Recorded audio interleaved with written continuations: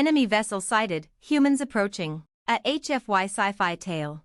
The deep hum of the ship's engines vibrated through the metal hull as Captain Zorith surveyed the star-filled expanse before him. His fleet, composed of the finest vessels in the galaxy, drifted in the silence of space, poised to strike at the weaklings of the human race. For years, his species had observed the humans from a distance, convinced of their inferiority. The humans were fragile, prone to emotional outbursts, and technologically behind most of the other races in the galaxy. But all of that had changed in recent months.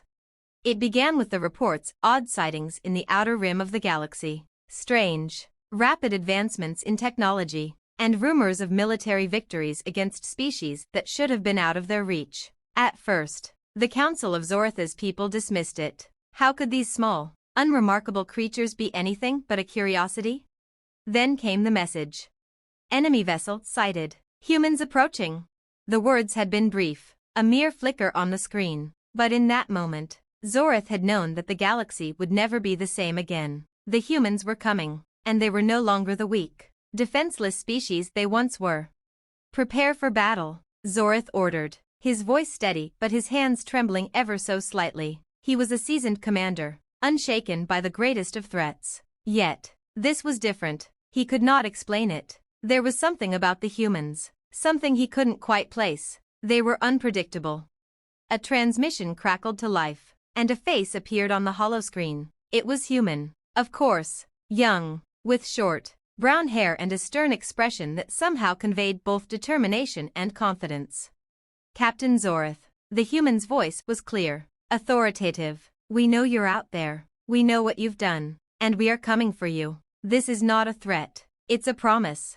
Zoritha's sharp, yellow eyes narrowed. You are in no position to make demands. Human, your species is no match for us. Surrender, and we will spare your lives. The human's lips curled into a smile, almost as if amused. That's where you're wrong, Captain. We are exactly the match you're afraid of. You might be the strongest in your corner of the galaxy, but we're not afraid to fight for what's ours. The transmission cut off abruptly. Zorith sat back in his chair, a creeping sense of unease crawling up his spine. He tried to push it aside, but it remained. He had underestimated them. He had misjudged the humans, and now it was too late. Commander, ready all weapons and prepare to engage at maximum power, Zorith barked, his voice laced with urgency. His ship's cannons powered up, and the massive warship's hull glowed with lethal intent. The sensors blinked, and a moment later, the enemy ship appeared, small by galactic standards, but sleek and deadly. The humans had been advancing at a speed that defied the expectations of many. The vessel's design was unlike anything Zorith had ever encountered, primitive by most standards, but brutally efficient. Zoritha's ship loomed like a titan over the human craft. The vast gulf of space between them seemed to shrink with every passing second. With a final, defiant growl, he gave the order. Fire! The ship's massive guns erupted in a blinding flash, sending concentrated beams of energy toward the human vessel. Zorith expected an easy win, but instead, something strange happened. The human ship twisted and darted, moving with a speed and precision that seemed impossible for its size. It was evading the blasts, almost as if it had anticipated them. Impossible, Zorith muttered. How could they? Before he could finish his thought, a barrage of weapons fired from the human ship, striking Zoritha's vessel with a series of powerful blows. The shields held, but the impact rattled the entire command deck. Crew members scrambled, shouting orders, but Zoritha's focus was fixed on the human ship. The human crew, the humans themselves, they were not afraid, they were not cowards. As Zorith had believed, they fought with a fury and resourcefulness that no one had anticipated. In a way, they were more dangerous than any other species in the galaxy. Deploy all fighters, Zorith roared, trying to regain control of the situation. The enemy ship had no such fighters. Instead, they relied on ingenuity, on a deep, burning will to survive that Zorith could not understand. The human ship ducked and weaved, striking with surgical precision. Zoritha's fleet was being pushed to its limits, and the captain felt something he had not experienced in a long time: fear.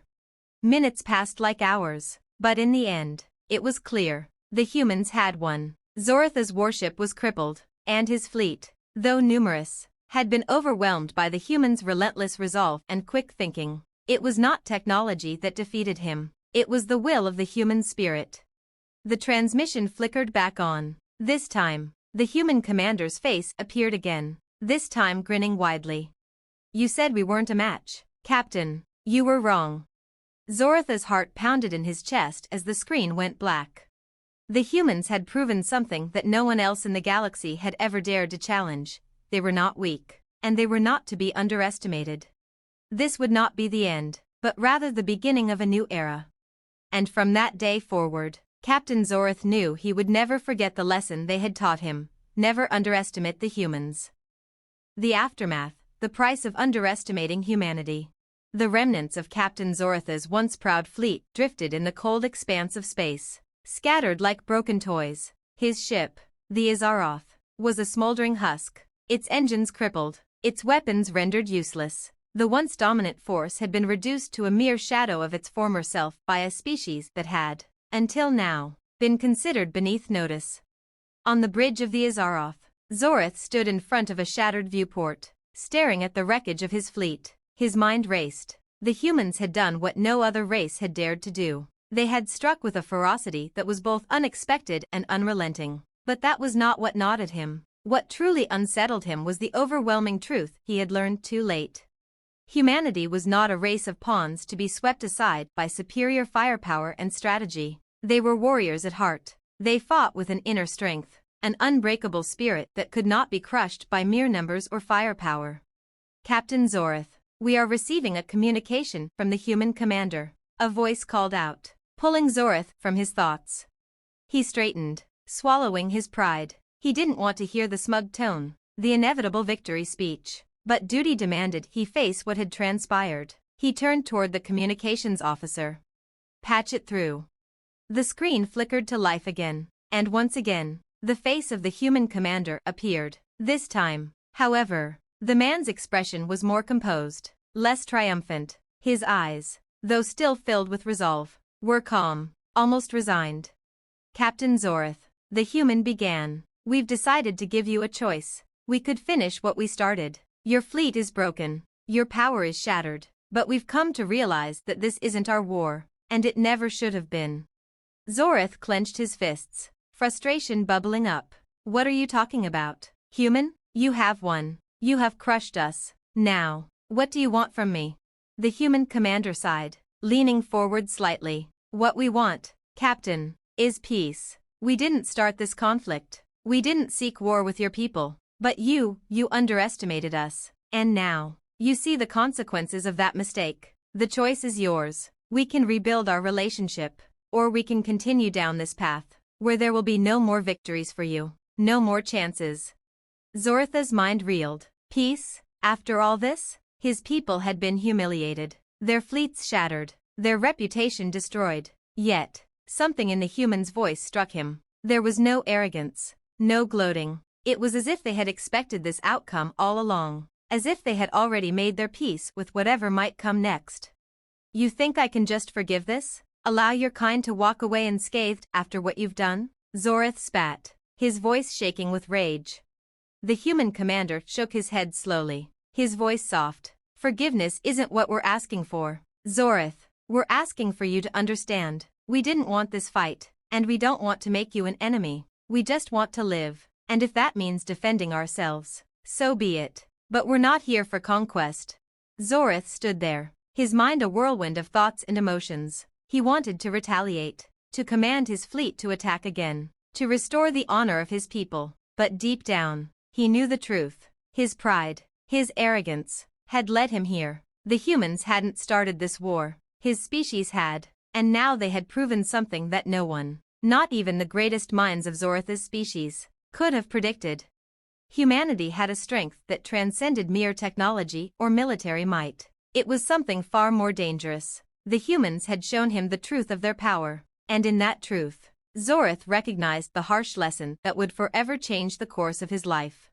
"We accept your terms," he said, his voice thick with reluctant acknowledgement. "You have proven your strength, and now, we must learn to live with that." The human commander nodded, his eyes softening. "Good. You won't regret this, Zorath. Humanity doesn't forget, but we do forgive.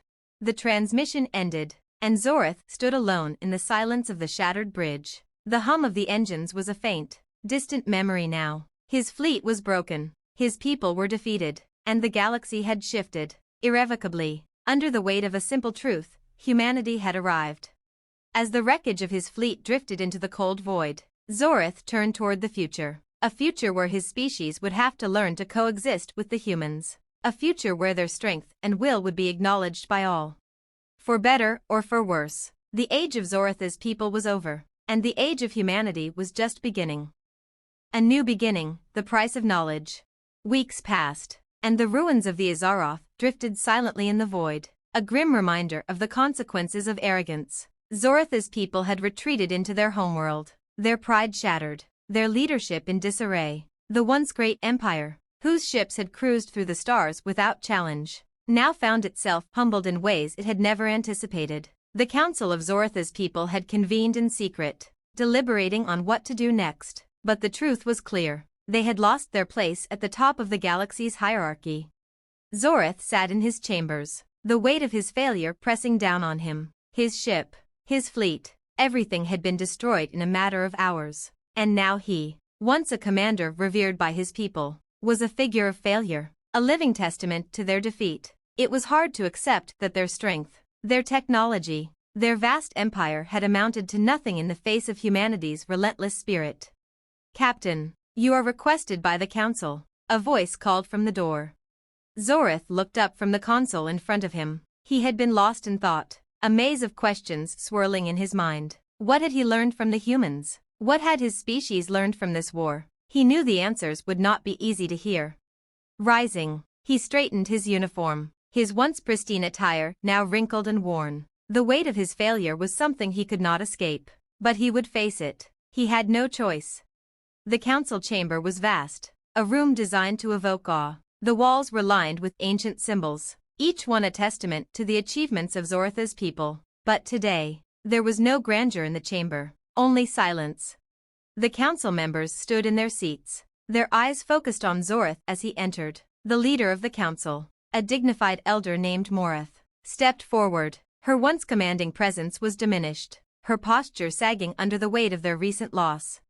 "Zorith," Morith began, her voice soft, almost sad, "you have returned from the front lines with news. The outcome is clear. The humans have proven themselves, and we must consider our future." Zorith felt the sting of her words, but he did not flinch. "Yes, they are not what we thought they were. They are more than capable of defending themselves, and more than capable of fighting back. We can no longer continue this war, not when they have shown us what they are truly capable of."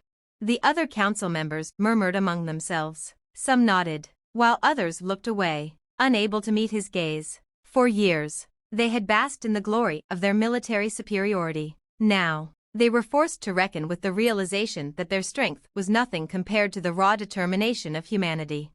Morith raised a hand, silencing the room. "We understand this, Zorith, but what will we do now? How do we ensure that we do not face extinction at the hands of a race so unrelenting? We cannot just allow them to continue to rise without response." Zorith took a deep breath, steeling himself. "The humans don't seek destruction. They do not want to conquer us. They want peace. But if we continue down this path of hostility, we will be crushed. I suggest we learn from them." The room fell into stunned silence. Morith's eyes narrowed. "Learn from them? How? You mean to negotiate with them, after all they've done?" Zorith nodded. "Yes, we have no choice. We can no longer rely solely on our might. Our technology alone will not be enough to preserve us. We must learn their strength, their resilience, their ability to unite despite their weaknesses. If we want to survive, we must adapt, and we must do so quickly." The council members exchanged glances. Some were skeptical, while others were deeply troubled by the suggestion. It was an admission of defeat, and that was a bitter pill to swallow. But Zorith had seen enough. He knew what was at stake, and he knew that without change, there could be no future for his people. Morith finally spoke, her voice heavy with resolve. "Very well, if you believe that is the only way forward, Zorith, we will begin negotiations with the humans. But understand this, the path you suggest will not be easy. It will take years to rebuild what we have lost, and the humans will never forget our aggression. We will have to prove ourselves, and that will take more than words. Zorith bowed his head, a deep sense of shame filling him. I understand, counselor, but if we do not act, if we do not change, we will not have a future at all. With that, the meeting was adjourned. Zorith returned to his quarters, his mind heavy with the weight of what was to come. But there was a part of him that felt hope. Not for victory, not for glory, but for survival. He knew that the humans had shown him something that his people had forgotten. Strength was not just about firepower, it was about heart, about the will to rise in the face of adversity, about the courage to keep fighting, even when everything seemed lost. And if Zorith's people were to survive, they would have to find that same strength. The question was not whether they could fight, no, that was easy. The true question was whether they could learn to fight alongside the humans, to embrace the future together. As he looked out into the stars, Zorith knew one thing for certain: this war had not been the end of his people's story. It was just the beginning of a new chapter, and this time, humanity would be there to help write it. Humanity's response. Back on Earth, Commander Jack Reynolds stood before the large holotable, his hands clasped behind his back as he stared at the map of the galaxy. The war with Zorith's people had been brutal, but it was over now, and though Earth had come out victorious, there was a new challenge ahead. A diplomatic envoy had arrived from Zorith's people, humbling themselves, offering peace. It was unexpected, but it was what the humans had hoped for, a chance to build a lasting peace in a galaxy that had known nothing but conflict. Reynolds sighed as he looked at the faces of his senior officers, his team that had led the charge against Zorith's empire. They had fought fiercely, and they had emerged victorious. But now, they had a new task ahead of them, to teach the universe what it meant to be human. We won the war, Reynolds said, his voice calm but firm. But our true victory begins now. It's time to show them what it means to live with honor, to work together, and to build a future where peace is possible, no matter the odds. The room fell silent, each officer nodding in agreement. There was a sense of finality in the air. A feeling that the battle was over, but the war for the future of the galaxy was just beginning. And in that future, humanity would no longer be the weaklings of the stars, they would be the ones to lead. The path forward, humanity's leadership.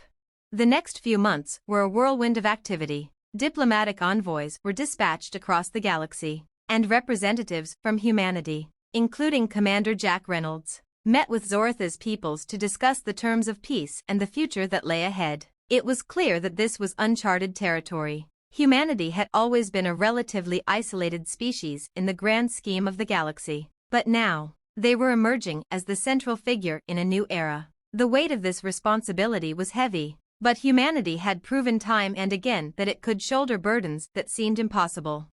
Zorith's people, though defeated, were not without pride. Their leaders were deeply cautious, distrustful of the humans who had humiliated them in battle. Yet, they had no choice. They could not continue to fight. They were too fractured. Their military might was gone, and all that remained was their will to survive. It was this survival instinct that had pushed them to the negotiating table in the first place. In one of the first diplomatic meetings between the humans and Zorith's representatives, Commander Reynolds stood at the front of a vast, sleek conference hall. His uniform crisp, his expression calm but resolute. He was flanked by senior diplomats and military advisors. But this was no longer just a military issue. It was about something greater. We come to you not as conquerors, Reynolds began, his voice steady and authoritative, but as allies. We want peace, and we want to help rebuild what was lost. Together, we can build something better, a future where both our peoples can coexist, where no one has to fight for survival. The room was silent for a moment as Zorith's emissary, a tall, regal figure with piercing eyes, stared at him. Finally, the alien spoke, his voice gruff but not hostile. Humanity may have proven itself on the battlefield, but words are not enough to undo what has been done. Trust takes time. Your victory came at a great cost, but we are willing to listen. We will see if your actions match your words. Reynolds nodded, his eyes hardening with determination. We have no intention of abandoning our principles. What you've shown us in this war is something we respect, your strength, your resilience. We will work alongside you, not over you. The negotiations stretched on for weeks. At first, It seemed as if the gulf between the two species was too wide to bridge, but as each day passed, something shifted. Zoratha's people began to realize that humanity's strength did not lie in overwhelming force or advanced technology, but in their adaptability and determination. Despite their flaws and failures, the humans did not give up. They did not back down. Meanwhile, humanity's leaders, guided by Reynolds' unwavering belief in cooperation, found themselves realizing something just as important. This was not just about rebuilding trust with Zoratha's people. This was about humanity stepping into a role they had never envisioned. A role as leaders, not just of Earth, but of the galaxy itself. And with that power came a responsibility they could no longer ignore. A galactic community emerges. Months turned into years, and the first signs of progress began to show. A new alliance, tentatively named the Galactic Accord, was formed, with both humanity and Zoratha's people as its core members. Other alien races, some allies of Zoratha's, and some who had once viewed humanity with suspicion, began to cautiously join. The once divided factions of the galaxy began to see the potential in a new order, one where strength and diplomacy could coexist. Zorath, once a commander who had proudly led the charge in a misguided war, found himself in an uncomfortable yet transformative position. He had become a representative of his people at the negotiation table, working alongside humanity to draft a new set of galactic laws. As the years passed, his respect for humanity grew. It wasn't just their military prowess that impressed him, it was their capacity to learn from their mistakes, their ability to rise from the ashes of their defeats and come together to create something lasting. In one of the quieter moments of the peace talks, Zorath turned to Reynolds as they stood on the balcony overlooking the vast expanse of stars. A light breeze stirred the air, and Zoratha's long, clawed fingers grazed the railing. There was a look of quiet contemplation on his face. "Commander Reynolds," Zorath said, his voice low, "I never imagined I would see the day where I would be standing here with you. We were once enemies, but now we share something. A new path forward." Reynolds didn't answer immediately. He simply stared out at the stars, his expression softening. "We don't always get it right," Reynolds said, "but we try. And that's what sets us apart from many others. We don't stop learning, even when the odds are against us. And if we're lucky, we find people along the way who are willing to learn with us." Zorath nodded slowly. "Your species, you are not like others. You do not fight because you hate. You fight because you believe in something. Perhaps, in the end, that is what makes you dangerous." Reynolds turned toward him, his eyes meeting Zoratha's with a glint of humor. "Maybe, but in the end, it's what makes us human." The two stood in silence, understanding that the galaxy was not going to change overnight. Trust, once shattered, would take time to rebuild, but as the stars stretched out before them, they knew that the future was not just about survival. It was about cooperation, about the possibility of a new, united galaxy, and humanity, once the underdog, was leading the charge. The new era. Years passed, and the Galactic Accord grew stronger. The human influence expanded, not through domination, but through diplomacy, collaboration, and leadership that emphasized mutual respect. The species that had once been considered fragile, the weaklings of the galaxy, were now at the forefront of this new age. The once mighty empire of Zoratha's people, too, was finding its place in this new order. They had learned the value of humility, of listening, and of adapting to a galaxy that was changing faster than they could have ever imagined. Humanity had not only survived the war, they had thrived. And in doing so, they had shown the galaxy that strength came not from weapons or technology alone, but from the will to fight for something greater than oneself, the will to fight for each other, and the will to fight for the future. As Commander Reynolds stood on the balcony of the new Galactic Council building on Earth, he looked out over a bustling city, the skyline alive with lights and activity. He knew that the work was far from over. There would always be challenges, there would always be threats, and there would always be more to learn. But for the first time, humanity had a seat at the table, not as a fledgling species, but as leaders of a new era. And that, Reynolds thought with a sense of quiet pride, was the true victory, not in the battles fought, but in the peace they had forged. The galaxy was watching, and humanity, once dismissed as insignificant, had just begun to show its true potential. The long road ahead, challenges of unity. Years after the signing of the Galactic Accord, humanity stood tall in its new role as a galactic leader. The peace talks had been long and grueling, but they had created a framework where cooperation and mutual respect could thrive. Still, despite the optimism that had emerged from the ashes of conflict, there were many challenges ahead. Commander Reynolds, now a senior representative of the Galactic Accord, had become one of the most influential voices in the galaxy. His leadership, driven by the same grit and determination that had led humanity through the war, continued to shape the future of this fledgling alliance. Yet, the shadows of past conflicts still loomed large, and not all species were convinced of humanity's good intentions. Humanity's diplomatic efforts were constantly tested by external threats. Zoratha's people, still rebuilding from their losses, had grown wary of the power they had surrendered to the Accord. Other factions, too, viewed the human influence with suspicion, fearing that humanity might one day use its newfound leadership to dominate the galaxy, rather than serve it. One of the first major challenges came when a faction of rogue aliens, remnants of those who had once supported Zoratha's war efforts, launched a devastating raid on a neutral system. They were opposed to the peace and were determined to dismantle the fragile order that humanity and Zoratha's people had worked so hard to establish. It wasn't just an attack on the neutral system, it was a statement against the peace itself. Reynolds stood before the Galactic Council, his hands clasped behind his back, as he addressed the leaders of the Accord. "We cannot allow this rebellion to undermine everything we've fought for. These rogue factions are no different than the forces that attacked us before," he said, his voice calm but resolute. "But this time, we have the opportunity to do things differently. We must ensure that this war is not fought with the same bloodshed as the last." There was a murmur of agreement from the council, but some members, especially representatives from Zoratha's people, looked uneasy. They had been dragged into a conflict they had not started, and the thought of returning to war was not something they relished.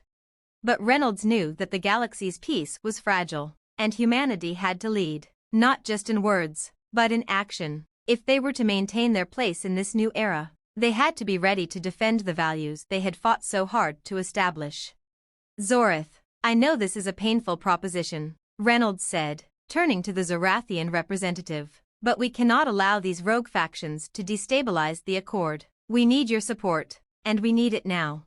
Zoratha's representative, a tall and proud figure named Alara, met his gaze with a look of quiet understanding. "You are right, Commander. We are no strangers to the cost of war, but we must approach this with caution. The wounds of the past are still fresh for my people." Reynolds nodded, but his resolve did not waver. "I understand, but we cannot afford to be passive. We cannot allow these rogue elements to continue unchecked. They threaten everything we've built. For the sake of the future, we must act together." The Council, after much deliberation, agreed. The Galactic Accord would take swift action, sending a coalition of ships to confront the rogue factions. The mission was not one of annihilation, but of containment, a message that the unity forged in the wake of war was stronger than the forces that sought to tear it apart. The battle for peace. The coalition fleet, a mix of human and Zorathian ships, arrived at the neutral system where the rogue aliens had made their move. The battle was tense, and the stakes were higher than ever. Commander Reynolds found himself at the helm of the flagship lighthouse, a symbol of humanity's strength, leadership, and commitment to peace. His fleet was outnumbered, but they were resolute. As the fleet entered the system, Reynolds' comms officer relayed a message. The rogue forces were heavily fortified, but Reynolds wasn't afraid. They had faced impossible odds before, and they had survived. "We can't let them push us out of this system," Reynolds muttered to his tactical officer. "We show them what humanity is made of, and we do it without sacrificing our principles."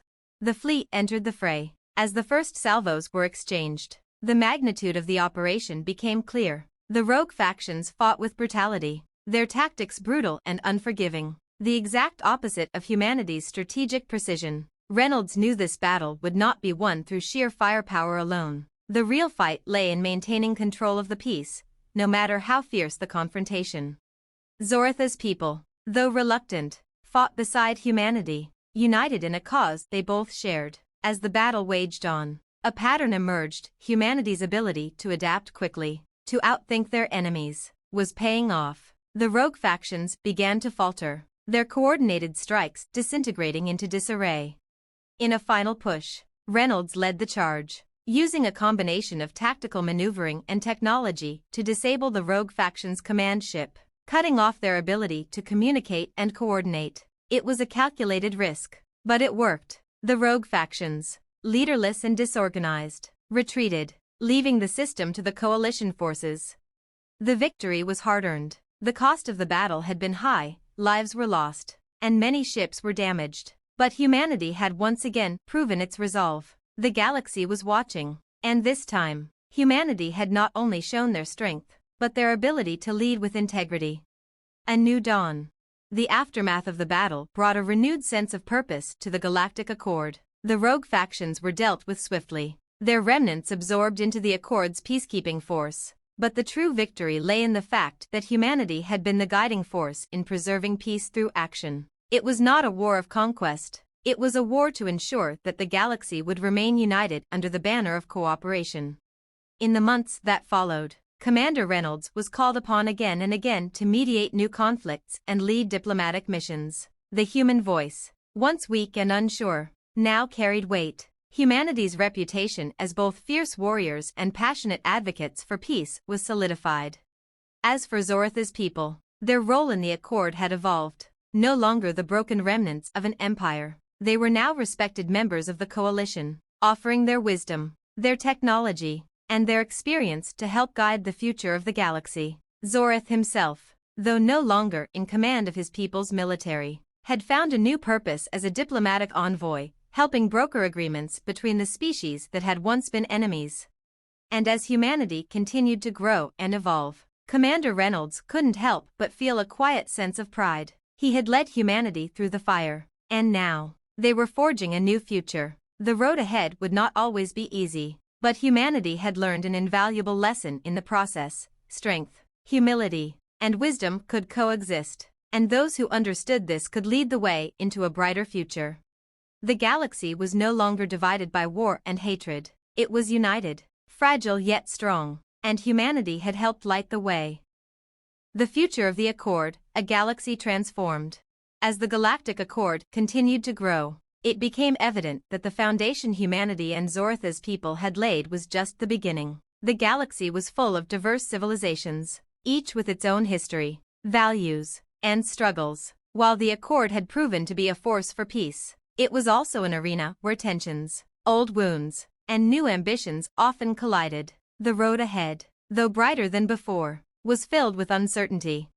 Humanity's role as a leading force in this new order was not without its challenges. The galaxy was an ever-evolving entity, and while there was progress, the deep-seated issues between species couldn't be erased overnight. Trust, even forged in the fires of conflict, was a fragile thing, and now, humanity had to prove that they could not only lead the galaxy in war but also in peace. One of the most pressing challenges came from a group of neutral and non-aligned species who viewed the Accord's growing influence with increasing wariness. Some argued that humanity, in their push for peace and unity, were subtly guiding the galaxy toward a new form of dominance, one that threatened to erase the sovereignty of independent civilizations. Commander Reynolds and his fellow leaders in the Accord were forced to navigate this new tension. The internal politics of the Accord became more complex by the day. Negotiations with the leaders of these neutral factions were becoming increasingly difficult, and many feared that if this growing distrust was left unchecked, it could lead to an even greater conflict than the one they had just narrowly avoided. The tensions rise. In one of the most intense diplomatic summits to date, Reynolds found himself face-to-face with leaders of the neutral factions. The summit, held on a neutral planet in the heart of the galaxy, was an opportunity to address the growing concerns about the Galactic Accord. The large council chamber hummed with energy as representatives from dozens of species took their seats. There were murmurs of disagreement even before the meeting began. Reynolds stood at the podium, surrounded by his fellow diplomats. Among them was Alara, the Zorathian representative, who had come to trust humanity as a worthy partner in their shared journey for peace. But even she was visibly tense, knowing that this summit could either solidify the future of the Accord or fracture it beyond repair.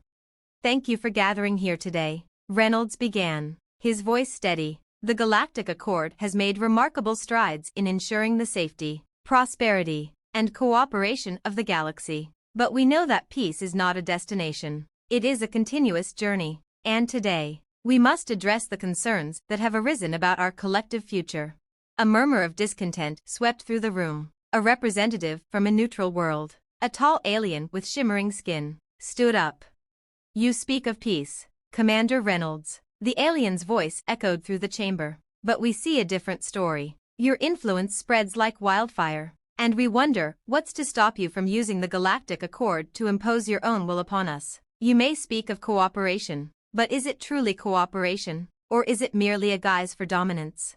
The accusation hit hard. Reynolds' heart tightened, but he did not flinch. This was the exact issue he had feared. The peace they had fought so hard for was now under siege from the very species they had hoped to help. He understood their fears. He had lived through a time when humanity had been the victim of imperialistic agendas. But they had to trust that humanity would not fall into the same trap. "We do not seek dominance," Reynolds replied firmly, meeting the eyes of the speaker. "What we seek is equality. The Galactic Accord is built on the principle that all species, regardless of size or power, deserve a voice. We do not wish to rule. We wish to lead by example. Through cooperation and mutual respect, the peace we fight for is not one that subjugates, but one that empowers." The words hung in the air, and for a moment, the room was silent. Then, another voice rose, this time, from an unexpected source. Ilara, the Zorathian representative, stood and addressed the room. "Commander Reynolds speaks the truth," she said, her tone steady but impassioned. "My people, once conquerors, have learned the value of humility. It was humanity, in its resilience, that helped us see that leadership does not mean force, but the ability to help others rise. The Galactic Accord has given us a chance to rebuild, to work alongside our neighbors, not above them. Humanity has not shown the galaxy domination. They have shown us how to build a future together." Her words resonated with some in the room, but others remained skeptical. It was a delicate balance. Humanity was still a young power in the grand scheme of the galaxy, and many species were unwilling to surrender their autonomy, even for the sake of peace. Reynolds knew that convincing them to trust humanity would take time, but he also knew that the Accord could not be allowed to fall apart, not when so much had already been sacrificed for it. A new generation of leaders. Despite the tensions, the summit ended on a tentative note of cooperation. The negotiations that followed over the next few years were long and fraught with setbacks, but humanity's commitment to its ideals remained unwavering. Commander Reynolds and the leaders of the Accord continued to work tirelessly to secure peace, pushing forward policies that promoted equality and mutual growth rather than domination. Yet as the Accord grew stronger, so did the realization that this new galaxy-wide unity would need fresh perspectives to remain successful. The generation of leaders who had fought in the war and helped shape the Accord were beginning to step down, passing the torch to a younger generation of diplomats, military leaders, and scientists. Among these new voices was Lieutenant Commander Mia Serrano, a rising star in the human delegation. She had grown up in the aftermath of the war, and she understood the delicate balance of power and diplomacy better than most.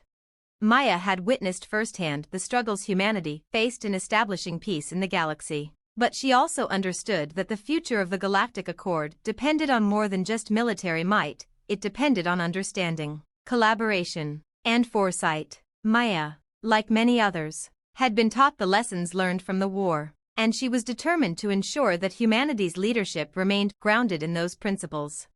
Her first task as a key diplomatic leader was to mediate the growing tensions between the independent systems and the Accord. But unlike her predecessors, Maya's approach would be different. She didn't see the future of the galaxy as a battlefield. It was a garden to be nurtured, where each species could flourish according to their own strengths and aspirations. The test of time. As Maya began her work in the diplomatic arena, she reflected on the journey humanity had made. From the brink of extinction, they had risen, united not just in strength, but in a vision for a better future. She stood at the forefront of this new age, knowing that the galaxy had entered a new phase. The battles for survival were over, but now, the real work began. The road ahead would not be without its challenges, and new threats were always lurking. But Maya, along with a new generation of leaders, would continue to build upon the legacy of peace and cooperation humanity had begun. And through it all, One thing was certain, the galaxy would never be the same. Humanity had come into its own, and its place in the stars was now secure, not through war, but through wisdom, and the greatest test of all would be whether the galaxy could unite, not just in peace, but in the pursuit of something greater than any one species.